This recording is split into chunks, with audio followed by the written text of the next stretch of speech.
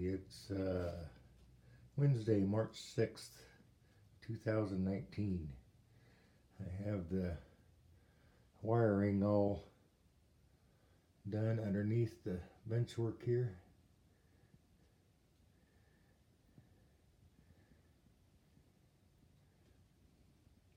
Over to the other side, from this switch, mainline switch here, you can see I have insulators in it that's separate for the cement plant yard. I've used Scotchloks. The white ones are UBs. There's some yellow ones, which are the UYs, and some red ones, which are the URs. The red hold 3 wires, the yellow hold 2 wires, and the white ones, the UBs, are a tap splice. It worked out pretty slick. And then it goes from 24 gauge feeders to 20 gauge sub bus, I guess, into a 14 gauge bus wire.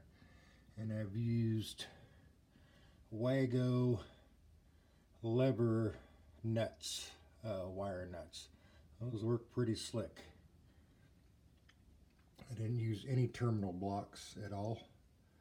It's just all, there's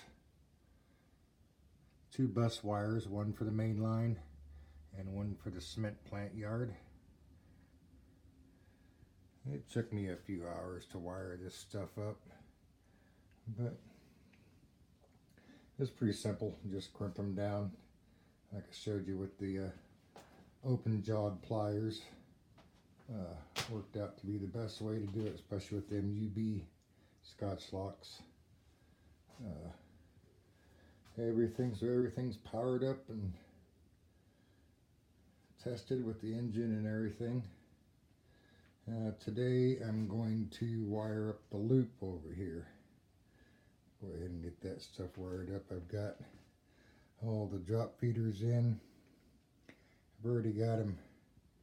I pre-flux everything. Pre-flux the track also, and the wires. And what I do is I go by and I tin the wires and then attach them to the rail. Pretty simple. This is my first time really soldering this much, but it's just don't apply too much heat. I have melted a few ties, but no harm was done at all, you know, so it doesn't really matter that much. Okay, the lower line, of course, is the main line. The upper line is the cement plant yard.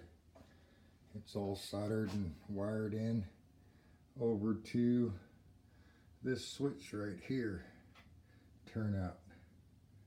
So basically all the main line going around the wall area will be on a separate line. I'll have probably 4 or 5 different types of different lines that will be powered up. And then once I get done with this loop area, I'm going to go ahead and start on the back wall there against this wall and this wall. I'm going to go ahead and put in a 12-14 inch wide shelf in there for now that I can work off of, because this is going to have to be done in sections. Be wall sections, and then a section for this front area here. I'll be behind these tracks. That way I can get up inside the middle here and work on everything.